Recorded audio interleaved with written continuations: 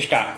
Sir, the Essential Commodities Act was passed 5 years ago, and when the minister yesterday came with an amending bill, we expected that he would give us a brief report on the working of this measure for the last few years. But unfortunately, we are kept in the dark in regard to the exact working of the act and the nature of the difficulties the minister is facing.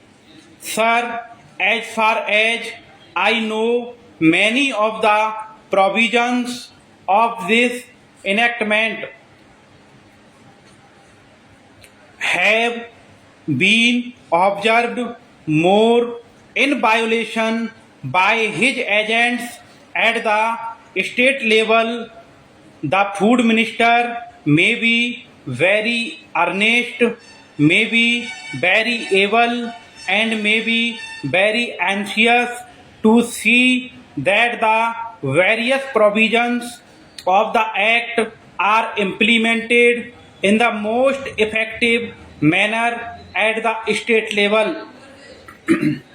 But unfortunately, his agents at the state level are not equally enthusiastic or equally anxious to observe the provisions of this enactment. The most important objectives of this enactment are to control the supply and distribution of commodities and to maintain a stable price level. In regard to both these aspects, I am afraid that the government has failed to realize the objectives in view.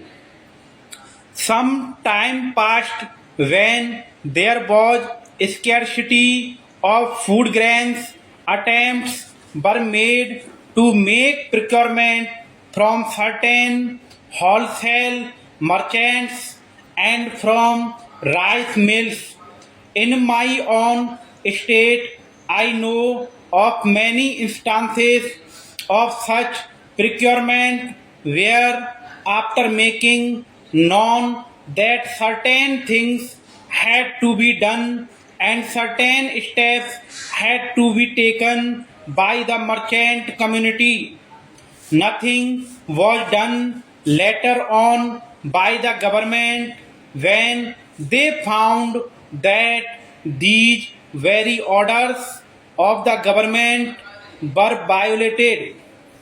As a result of the violations, there was a consequent rise in the prices of food grains. In respect of other commodities like iron and steel, paper, etc., we see a lot of speculative activities, but the provisions of the act have not been brought to bear on them. Perhaps no case of prosecution was launched against those people who contravened the various provisions of the act. We are interested to know in how many cases the government have taken steps to prosecute individuals who have violated the various sections of the act. The minister said that the powers under the act were not adequate. We sympathize with the food minister, but I want to know what action has been taken in this regard by the various state governments. In regard to the amending provision, I want to know from the minister what would be his difficulty even if minor offences are taken to courts of law. For instance, the Motor Vehicles Act deals with various offences, both major and minor, and various minor offences under the Act are taken to courts and people are prosecuted. What is the difficulty in taking these cases of a minor nature to courts of law?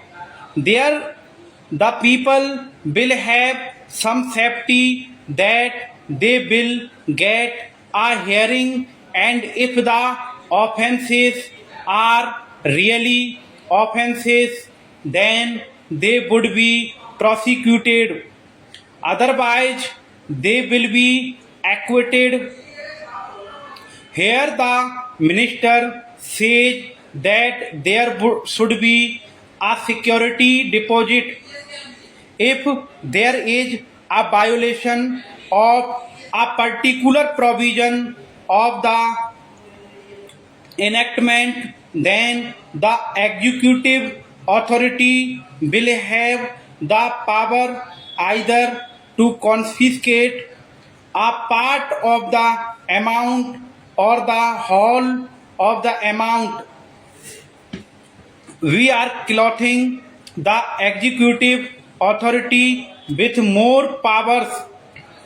I do not grudge giving powers to the executive authority provided they are used properly and effectively and in a most fair manner. But unfortunately, there have been discriminations apart from the ineffectiveness of the various provisions. Wherever these provisions were used, there had been discriminatory use of these provisions against a few or in favor of a few. Normally, when officers are clothed with more powers, there is large scope for corruption. I feel that it would be desirable to avoid such malpractices, and it would be desirable, I think, that even for minor offences, the parties should have a chance to defend their actions.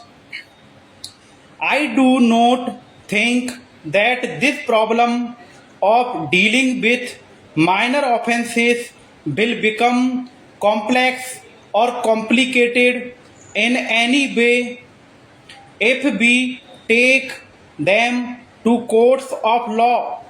I want a replay from the minister in what way he is suffering from a handicap in dealing with minor offences or offences of a technical nature.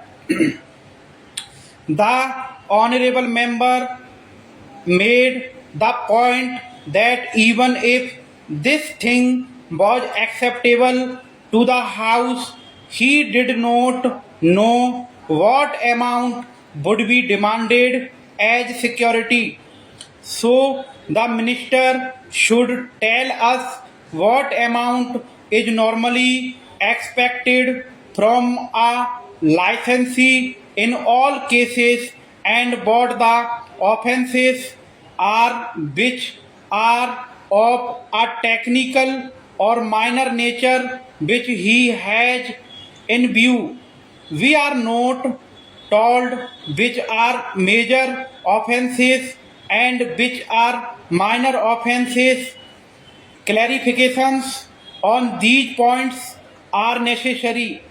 I wish that the act which came into effect long ago was implemented properly. I know that the minister here is very earnest in implementing it, but his colleagues at the state level and at the central level are disappointing him.